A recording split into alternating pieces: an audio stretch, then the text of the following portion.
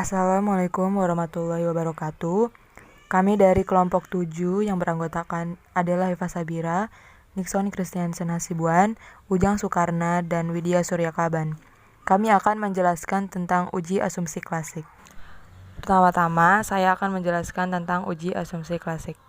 Asumsi klasik merupakan syarat-syarat yang harus dipenuhi pada model regresi linear OLS atau Ordinary Least Square agar model tersebut menjadi valid.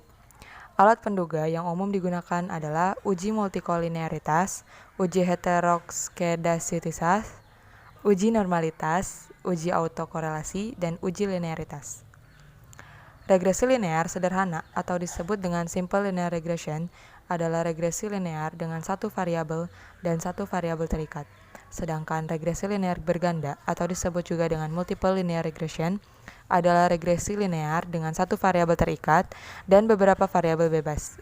Arti kata beberapa maksudnya adalah dua variabel atau lebih. Setelah mengetahui pengertian dari uji asumsi klasik, sekarang saya akan menjelaskan tentang jenis-jenis uji asumsi klasik. Yang pertama, ada uji normalitas. Uji normalitas adalah sebuah uji yang dilakukan dengan tujuan untuk menilai sebaran data pada sebuah kelompok data atau variabel. Apakah sebaran data tersebut berdistribusi normal ataukah tidak? Uji normalitas berguna untuk menentukan data yang telah dikumpulkan berdistribusi normal atau diambil dari populasi normal. Dalam uji normalitas, uji statistik yang dapat digunakan diantaranya chi-square, Kolmogorov-Smirnov, Lilliefors, Shapiro-Wilk, dan Jerky-Bera. Jenis uji asumsi klasik yang kedua ada uji multikolinearitas.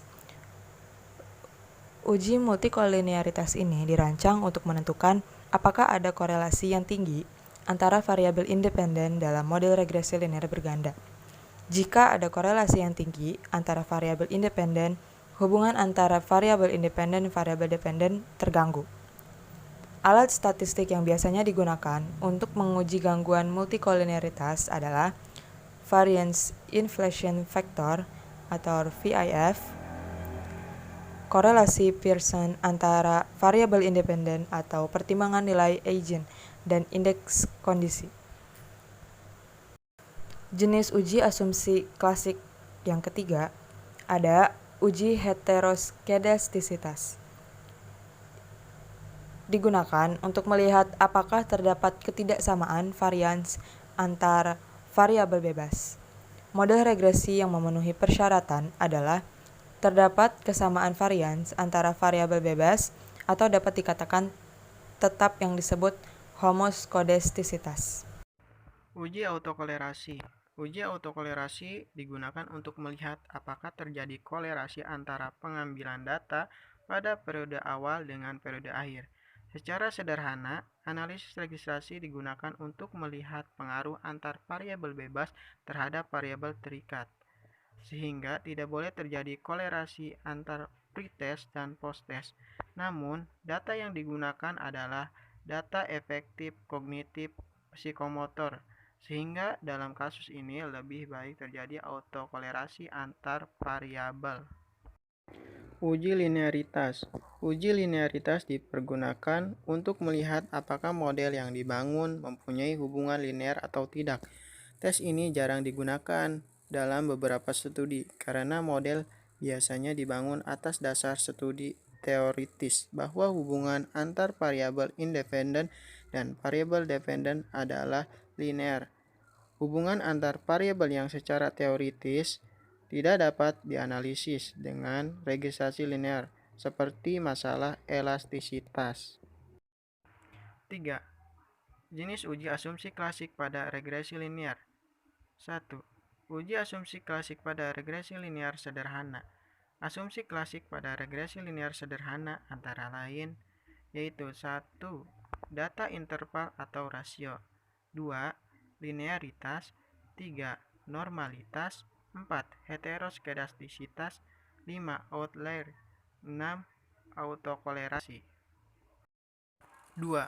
Uji asumsi klasik pada regresi linear berganda. Asumsi klasik pada regresi linear berganda antara lain 1. Data interval atau rasio. 2. Linearitas. 3. Normalitas. 4. Heteroskedastisitas. 5. Outlier. 6. Multikolineritas. 7. Autokolerasi. Perbedaan asumsi klasik regresi linear sederhana dan berganda. Berdasarkan penjelasan di atas, terlihat jelas bahwa asumsi klasik antara regresi linear sederhana dan berganda hampir sama. Letak perbedaannya hanya pada uji multikolinearitas, di mana syarat tersebut hanya untuk regresi linear berganda. Contoh perhitungan uji asumsi klasik. Berikut ini diberikan suatu contoh faktor-faktor yang mempengaruhi permintaan uang kartal dari tahun ke tahun. Berdasarkan data-data ini, kita akan melakukan pengujian melalui SPSS, sehingga diperoleh model regresi terbaik. Contoh perhitungan uji asumsi klasik. Berikut ini diberikan suatu contoh faktor-faktor yang mempengaruhi permintaan uang kartal dari tahun ke tahun. Berdasarkan data-data ini, kita akan melakukan pengujian melalui SPSS, sehingga diperoleh model regresi terbaik. Selanjutnya, terdapat uji multikolineritas. Uji multikolineritas dirancang untuk menentukan apakah ada kolerasi yang tinggi antara variabel independen dalam model regresi linear berganda. Seperti yang kita ketahui, alat statistik yang biasanya digunakan untuk menguji gangguan multikolineritas adalah Variance Inflation Factor atau VIF. Jika VIF lebih dari 10, maka variabel bebas berkolerasi tinggi atau multikolinear. Dan kita dapat lihat pada tabel tersebut, kesimpulannya adalah berdasarkan tabel tersebut dapat dilihat bahwa nilai VIF kurang dari 10, sehingga tidak ada kolerasi yang tinggi antara variabel bebas. Selanjutnya, berdasarkan uji SPSS, kita telah menganalisis uji autokorelasi.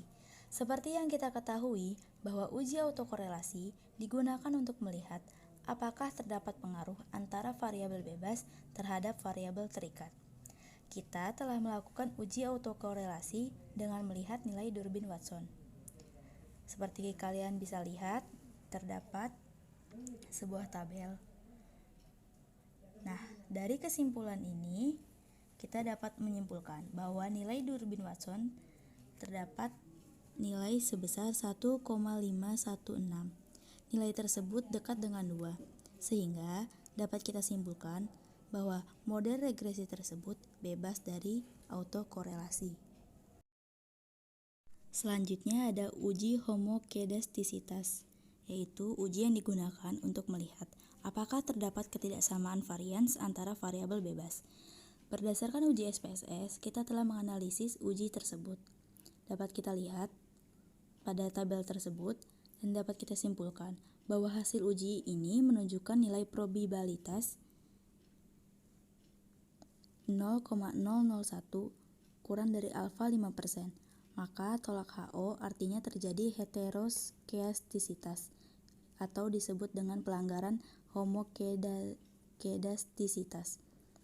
Model tetap tidak bisa konsisten tetapi tidak efisien.